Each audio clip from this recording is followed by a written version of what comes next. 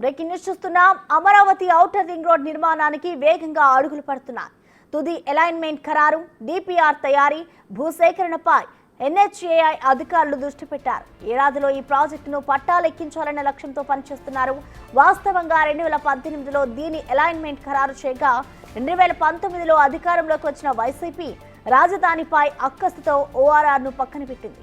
చంద్రబాబు మళ్లీ సీఎంగా బాధ్యతలు చేపట్టిన తర్వాత ఢిల్లీ వెళ్లి కేంద్రం నుంచి ఈ ప్రాజెక్టుకు ప్రాథమిక ఆమోదం లభించేలా చేశారు.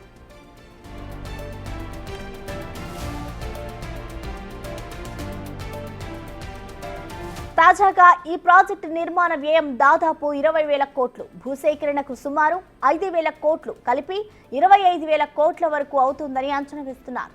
అప్పట్లో భూసేకరణ భారాన్ని రాష్ట్రమే భరించాలని కేంద్రం షరతు పెట్టగా ఇప్పుడు భూసేకరణ సహా మొత్తం వెచ్చించేందుకు కేంద్రం సమ్మతించింది. దీంతో ఈ ప్రాజెక్టు వేగంగా పూర్తయ్యేందుకు అవకాశం ఏర్పడింది.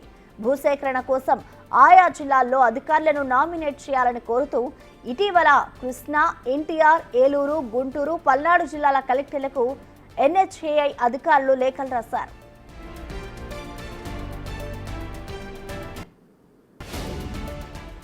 ఓఆర్ఆర్కు 189 కిలోమీటర్లతో ఉన్న అలైన్మెంట్ 2018 నాటిది. ఇప్పటికీ 6 ఏళ్లు కావడం, ఎన్హెచ్ఏఐ అధికారులంతా మారిపోవడంతో తాజాగా అలైన్మెంట్ను క్షేత్రస్థాయిలో పరిశీలించేందుకు సిద్ధమవుతున్నారు. ఇందులో హైటెన్షన్ విద్యుత్ లైన్లు, పంట కాలువలు, చెరువులు ఏవైనా ఉన్నాయా అనేది చూడనున్నారు.